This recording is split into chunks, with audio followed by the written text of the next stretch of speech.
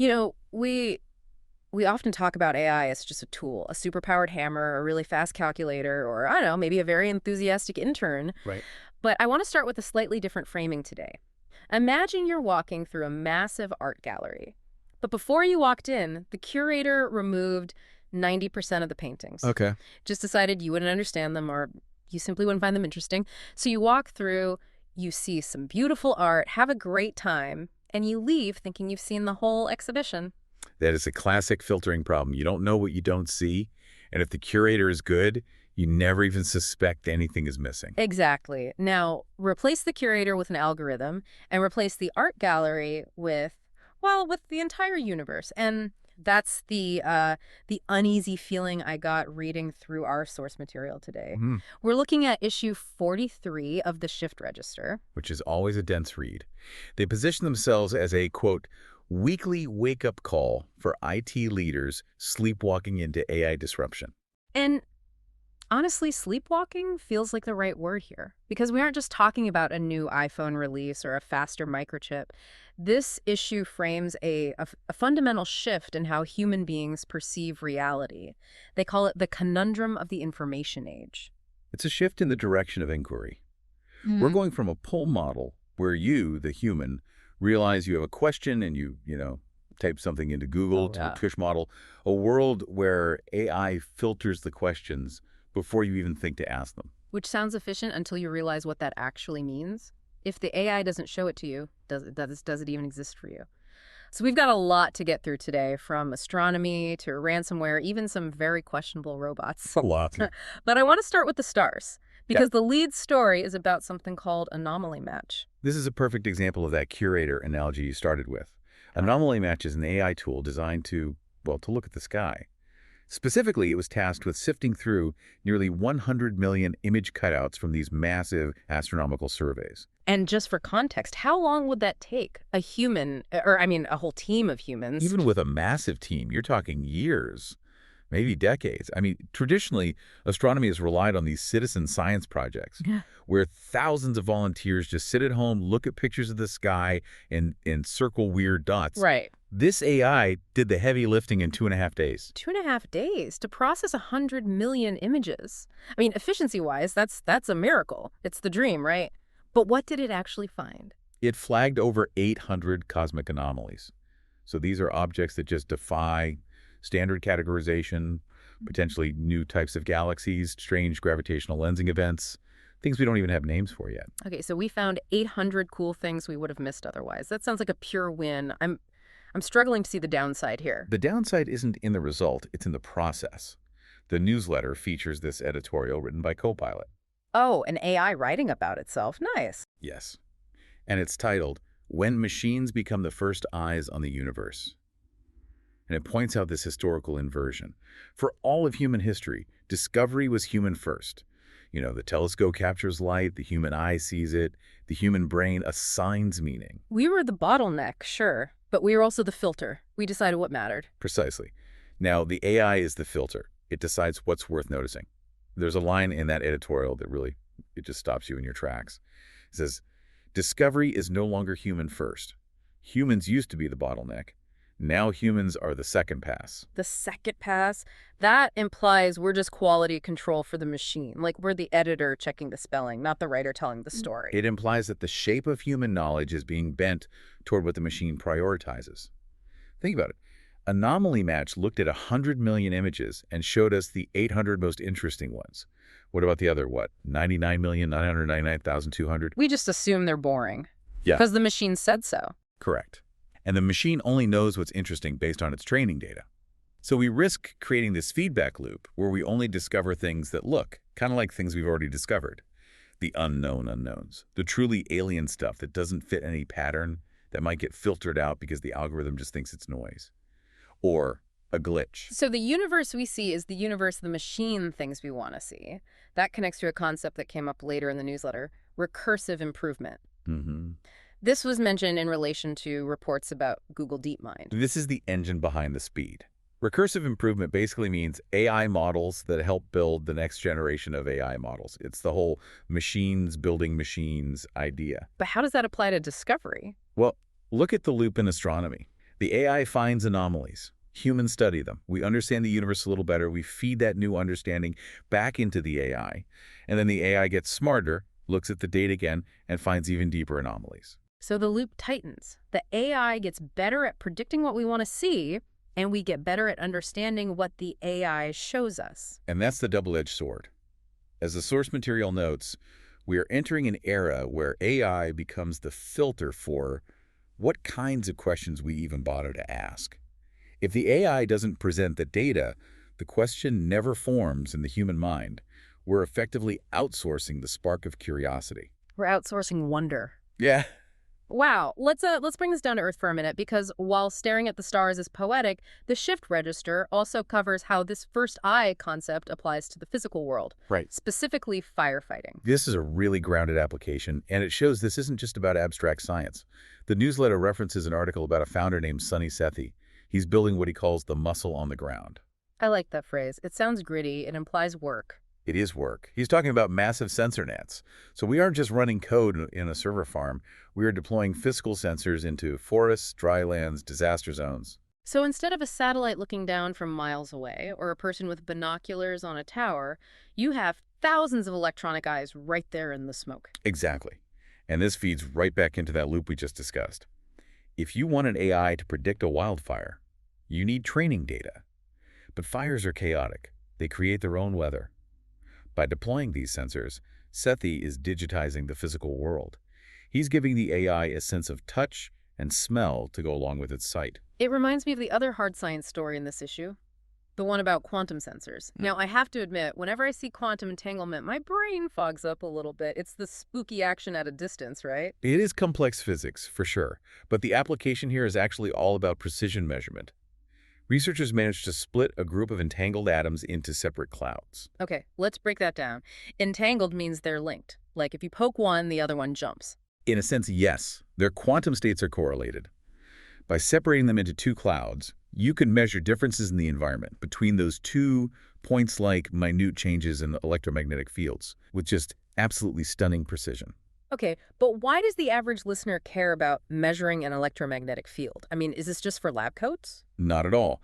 Better electromagnetic measurement means better atomic clocks. Better atomic clocks mean better GPS. It also means better gravity sensors, which can help us map what's underground like hidden aquifers, magma chambers, mineral deposits. So again, it's about better data. Right. And you connect it to the first eye concept. If our sensors, our digital eyes, are getting quantum level precise, the data we feed into our AI models becomes exponentially more detailed. The machine sees the stars better, it feels the fire better, and it senses gravity better. Which brings us to the inevitable question. If the machine is doing the seeing, the sensing, and the analyzing, what are the people doing? And maybe more importantly, are they getting paid? The friction of implementation. This is where the newsletter gets very real about the economy.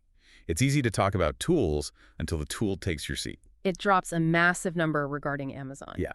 The source cites a claim that Amazon has stated they will cut 400,000 employees this year. 400,000! That is the population of a mid-sized city. Gone. It averages out to more than 30,000 people a month. And the newsletter explicitly links this to their embrace of robotics. This isn't just restructuring or efficiency, it's replacement. But is the tech even ready? We saw a report about humanoid robots in Chinese factories, but there was this really weird detail in there. The report says these robots are currently working only half as fast as humans. That stuck out to me too. If I'm a factory owner, why am I buying a robot that's half as fast as the guy I just fired? That just seems like bad business, like I'm paying for a downgrade. It seems that way if you only look at this quarter's output. But you have to look at the long game. A human worker is fast, but they get tired, they get injured, they need breaks, they have shifts. A robot is slow today. But remember, recursive improvement. It won't be slow tomorrow. Exactly, and it shows up every single shift. It offers predictability. The newsletter argues that despite the performance gap, the economics labor costs in China are rising, believe it or not, make robots attractive right now. They're buying the half-speed robot to train it to be the double-speed robot. So they are paying for the learning curve. They're investing in the data collection. Precisely. They are building the data set that will eventually make the human obsolete in that role. Speaking of robots, we have to talk about Sprout. Ah, Sprout. This is a new robot by a company called Fauna Robotics. It's described as, quote, approachable and friendly. It's got these big eyes. It looks harmless. It's not like those faceless Tesla bots that look like they're going to hunt you down in a hallway. Sprout is definitely trying to win the PR war. Design matters. But the newsletter is pretty brutal on the economics here, The friendliness stacks. essentially. It notes that Sprout costs about $30,000 more than its competitors. And the analysis attributes this largely to the lack of Chinese hardware in its supply chain. So buying local or buying secure costs you an extra 30 grand per unit. In this market, that's a death sentence. The analysis suggests that unless Sprout has some magical capabilities we haven't seen, being cute just isn't enough. It really highlights how hard it is for Western companies to compete in hardware without tapping into those massive established Chinese supply chains. You can have the best smile in the room, but if you cost twice as much, you stay on the shelf. So we have robots taking jobs, AI watching the stars. It feels like a steamroller. But surely there are some bumps in the road. The newsletter had a section on dangers that felt particularly relevant to anyone thinking, oh, I'll just let ChatGPT run my life. Oh, absolutely. We are not in a utopia yet. The story about the Apple Watch data is a must-hear cautionary tale. This felt like something I would do. A journalist downloaded 10 years of his health data steps, heart rate, sleep patterns, and just fed it all into ChatGPT. He basically asked, hey, AI, look at this and diagnose me. And the AI did. It gave him a detailed analysis that was alarming enough that he actually went and booked an appointment with a specialist. And the doctor? The doctor basically said, you're fine, the AI is hallucinating. The source had a great line about this. When you use two unproven health technologies together, you will get some unproven results. It's the hallucination of competence. The AI sounded like a doctor. It used medical terminology. It was confident, but it was just statistically guessing. It's dangerous because it bridges that gap between a consumer gadget and actual medical advice without any regulation whatsoever. And without any context, the AI doesn't know you. It just knows numbers. It's a reminder that these large language models are not knowledge engines. They are prediction engines. They predict the next word, not the truth. Speaking of prediction and bad actors, let's talk about Sakari. This sounds like a faction from a video game, but it's ransomware. It's a new ransomware strain, but it's a strange one. Usually we talk about these hackers as these, elite cyber ninjas. Sakari isn't that. How so? Well, the code is apparently really poorly designed, and it has this whole Hebrew identity. The name Sakari refers to ancient Jewish zealots, but the security analysis suggests it's a false flag. So it's pretending to be politically motivated to cover its tracks. Likely. But here is the scary part for a business owner. Because the code is so sloppy, the newsletter advises you, do not pay the ransom. And usually the advices don't pay because of moral reasons. You don't want to fund terrorism. Here, it's purely practical. The newsletter calls it a modern-day protection racket, where there is no actual protection. The encryption is so badly implemented that even if you pay, the hackers might not actually be able to unlock your files. That is somehow worse. It's like being mugged by someone who accidentally throws your wallet into a sewer during the robbery. You both just lose. And it throws some shade at a security company called Halcyon, questioning if their tech even worked against this strain. But the takeaway is, we are entering a phase of script kiddie AI attacks. You don't need to be a genius coder to ruin someone's day anymore. Incompetence is just as dangerous as malice. Sloppy ransomware, hallucinating doctors. It's all very messy. But I want to pivot to the final take of the newsletter because it zooms way out to history, specifically World War II, to give us a glimpse of where this is all headed. This was a fascinating comparison. It discusses the electromechanical ballistic computers used by the U.S. Navy. And to be clear, we aren't talking chips and transistors here. We're talking, what, gears? Gears, cams, differentials, analog computers. Big, heavy metal boxes.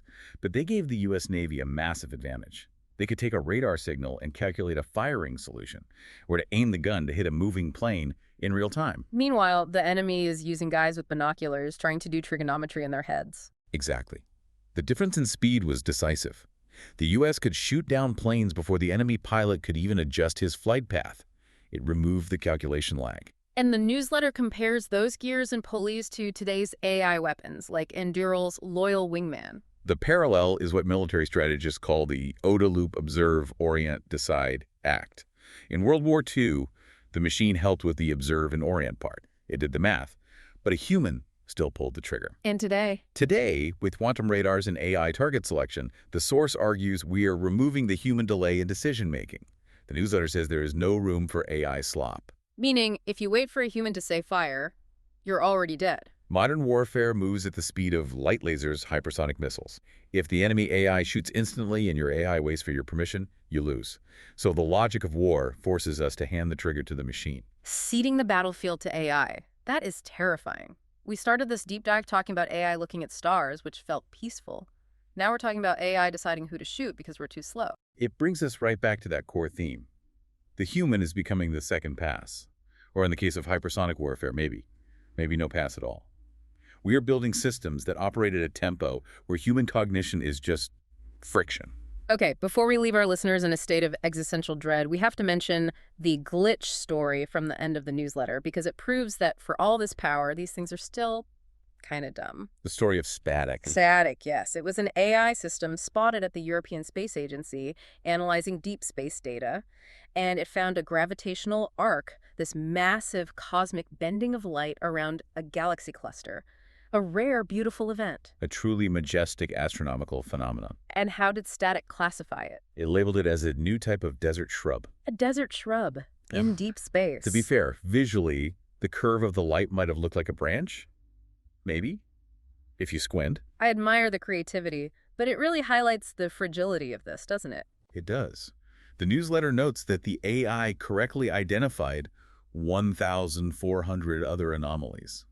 But it still made a category error that human child wouldn't make. A human knows there are no bushes in space. The AI only knows patterns. The punchline in the newsletter was great. We are becoming dependents of a system that can see a jellyfish galaxy, but might still fumble a horse cow deer. It's a crucial reminder. These systems lack a world model context. They don't know what space is. They just know what pixels look like. So where does this leave us? We've got the first eye, filtering our reality, improving itself, running our factories, and potentially fighting our wars, and, occasionally thinking galaxies are bushes. I think the final takeaway from the shift register is actually about ownership. Ownership of the data. Ownership of our culture. There's this provocative thought at the very end.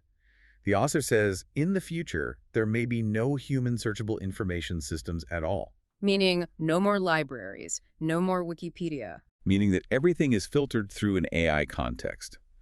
Right now, we write books for other humans to read.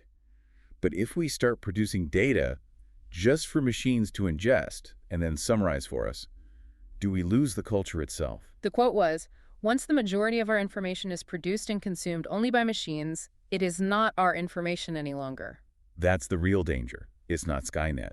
It's cultural atrophy. If we stop reading the primary sources, if we stop looking at the raw images of the sky, we become dependents. We live in a reality curated by an algorithm that might just decide the truth is a desert shrub. That is a lot to process. But it's why we do these deep dives, to look at the shiny new tools and see the rust forming underneath. Precisely. The goal isn't to reject the tech. Anomaly match is amazing. We want those quantum sensors. But we have to remain the second eye. We have to be the ones who verify, the ones who look for meaning, the ones who insist on seeing the raw data even if it takes longer. And the ones who keep reading hardcover books just in case. Absolutely. So, listener, here is our challenge to you for the Wint. The next time an algorithm suggests a video or an answer or a news story, just pause. Ask yourself, what did the first eye filter out? What am I not seeing? Keep your own eyes open. Thanks for diving in with us. We'll see, or you'll see us on the next one.